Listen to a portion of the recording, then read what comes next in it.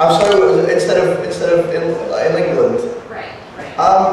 Well, yeah, Boris Johnson, the Mayor of London, back home, he's been having a bit of a go at that recently. I read in the paper that he sort of thinks he should be back home in London. Now, I know where he's coming from, but we've got all that stuff. You know, we've got castles, we've got all, you know, we've got Alnwick Castle, Gloucester Cathedral, all the places where we shot the film. You know, one of our biggest fan bases is in the US.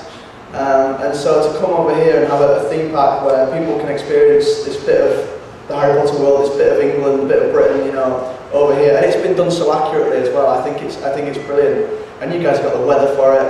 And I was just saying last night, we had this big firework display last night. It's one thing Americans don't do is things by halves. They just go the whole way, and that was, you know, that was it. It was just spot on, and yeah, no, I'm very happy it's here, and also it means that I get to come. You know, coming up in all this heat and stuff. So, yeah, I'm more than happy to have it in Orlando, and I hope people from America can come over and enjoy it. That's great. Thank you. Okay, one more question. Yes. That's a good final question. What's next for you guys? And oh, right, I remember. Would you ever do another project with one of your co-stars? I remember Rupert once said that if he got to choose co-stars to work with, he'd choose you too. Yeah,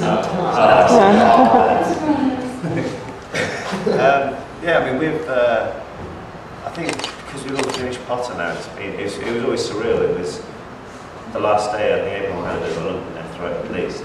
Like, what is the next step? I mean, look, we've got some things hopefully lined up, touch wood, will come good. But yeah, it'll be good to work with Rupe again, because we get on like a house on fire. Did he tell you about his singing though? We saw the video. Yeah, exactly. He keeps doing his stuff. I think that's what's the beauty as well with this, you know, this industry. You do, you know, not only with all the cast, the crew as well. You know, come around in circles, and hopefully we'll all, you know, meet each other along the way and do different things. It's kind of as well. We have made such close friends, but with the crew as well, they become as much part of the experience as we have. So hopefully we'll be able to work with them again because they'll really enjoy it. I actually just shot an indie film back home, really low budget, but the producer of the film, a guy called Bertie Stevens, was actually my double about 2 years ago. So that was kind of weird to go back into work with him, and he was my boss. but yeah, that was a really good time, and I've just finished that, so that will be out sometime back end of this year.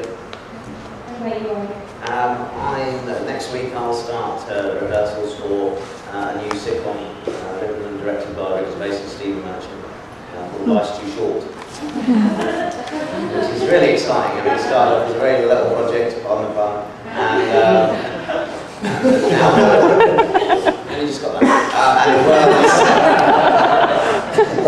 And now everybody's kind of looking forward to it, which is really exciting for me. But it's a little daunting at the same time.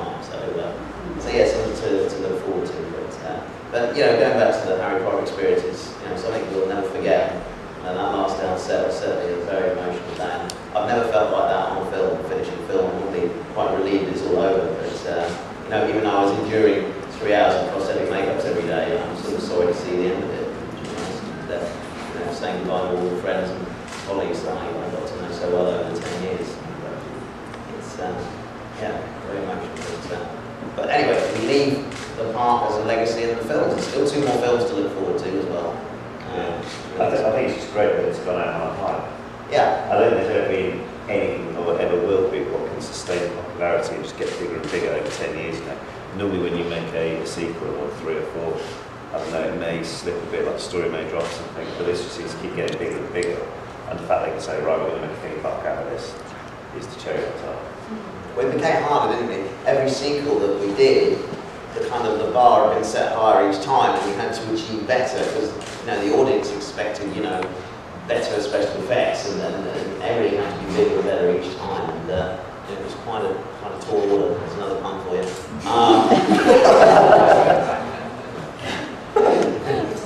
It's kind of nice that as we come to an end, this opens up. It's kind of a weird sort of rebirth kind of thing. And it's kind of cool. It seems like it'll be kind of a fun cyclical thing for people, because I've met people just even in the last week or so who are coming here who haven't read the books or seen the films, and now they're dying to go start reading and seeing the films. So That's interesting. hopefully it will become, you know, something that's everlasting and not a beginning and an end for all of you. So thank you very much for being with us today. Thank you. It's